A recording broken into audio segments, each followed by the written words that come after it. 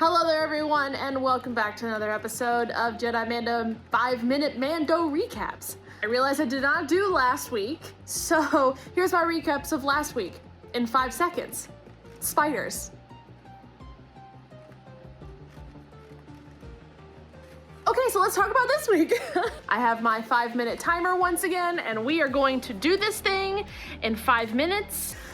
Once again, there are spoilers attached to this. This is a 100% spoiler recap in 5 minutes. I have no idea how to do this without saying all the spoilers, besides the fact that it was probably the best yet episode of The Mandalorian up until maybe last season's finale. This episode was so good. So good. Oh, okay, let's get going. I don't know how I'm gonna do all of this in 5 minutes, but we are going to try our hardest. Here we go. Okay, so first thing I want to talk about is that I had to get a bag to breathe through for this whole freaking episode, because there are episodes like this that make me very excited that I do all of the other stuff associated with Star Wars besides just the movies, the books, the comics, the TV shows. Y'all know what I'm talking about. Okay, so first we crash land on Trask, which is a water planet, which has all these water creatures. It's exciting to see the Mon Calamari again. I got really excited. I was like, oh, maybe it's our buddies, but we only saw one, but that was still pretty cool.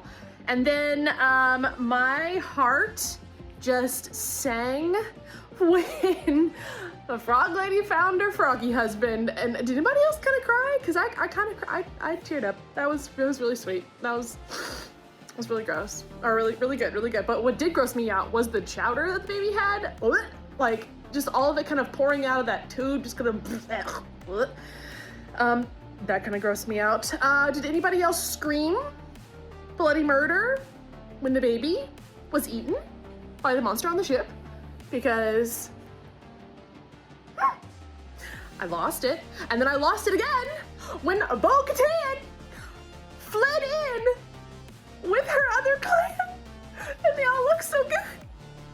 They look so Salem. What the? Sorry, cat break. So Bo-Katan, guys, Bo-Katan. Katie Sackhoff is Bo-Katan.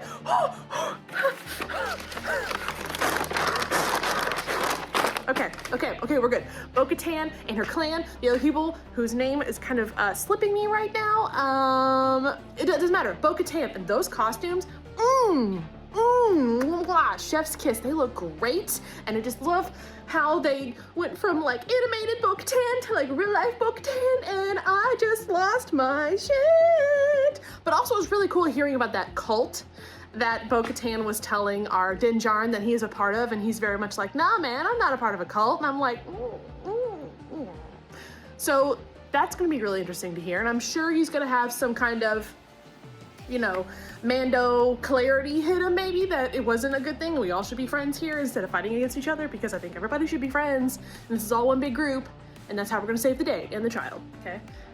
So Mando takes another job, helps him out getting stuff on this ship, which ultimately leads to Bo-Katan asking for information on the Darksaber with that guy who took this cyanide electricity pill to kill himself after talking to Moff Gideon about that stuff. But I don't know, but like the Empire seems very, or what's left of this Empire seems very terrifying right now. Does anybody else feel that way? Like, I'm scared of these guys. The other ones, back in the other movies, not so much. These guys, I'm actually kind of frightened, and because that commander just kills both of those pilots just outright after Moff Gideon's like, you know what to do. And then Bo-Katan holds him up for information, and he takes that pill that shocks him, which was terrifying. And then the fight, that hallway fight, hilarious, because it made us realize that I guess Din Djarin isn't the best at what he does, because these guys are like top-notch level hallway fighters. They took him down, and it was fun to see kind of Din Djarin kind of running around him with a gun, being like, oh, okay, I'll follow you all now. I'm not the one taking the lead on this. So that was interesting. Let's see, Bo-Katan had infarction. Okay, screw it, we're talking about it. Ahsoka!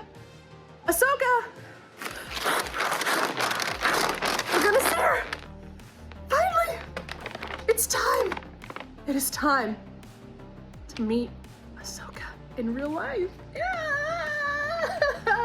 I lost my damn shit this episode. I'm gonna lose my damn shit next episode or the one after. I'm not sure if next episode is when we see her because I really, really think we are going to see her in Dave Filoni's episode, which is episode 5, not this next week's episode. So I think that's when we're gonna see her, but I could be wrong. She could just pop in next episode. I just don't know. I know I'm gonna make that outfit. I already just go ahead and it's happening. I've been preparing mentally to like do a whole new Ahsoka for this thing and just be able to see her holding a child. I can't. I've lost my collective shit this whole freaking season. Okay. Okay. I think we're gonna be okay. I think we're gonna be okay. What time do we have here? 7 seconds. Okay. Ahsoka Tano is coming.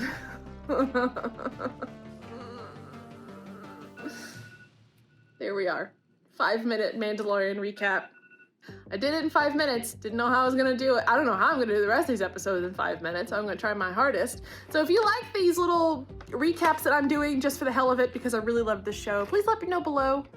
I'd really like to hear your thoughts on this episode especially, and upcoming episodes especially. But I want to do more deep dives on this episode and maybe on the show in a whole and talk about like the costumes, like just the sets and the costumes and the sheer aesthetic gushness of this season. It's so good. It's so good. Alright, so that's gonna be it for this week's video. If you like cosplay, sewing, Mandalorian, Star Wars mostly, please subscribe to my channel. I would really appreciate it. I have tons more content coming up, and especially if you are a Ahsoka fan and are a fan of cosplay, please subscribe to my channel because y'all know what's a-coming. Alright, I'll see you all next week. Bye!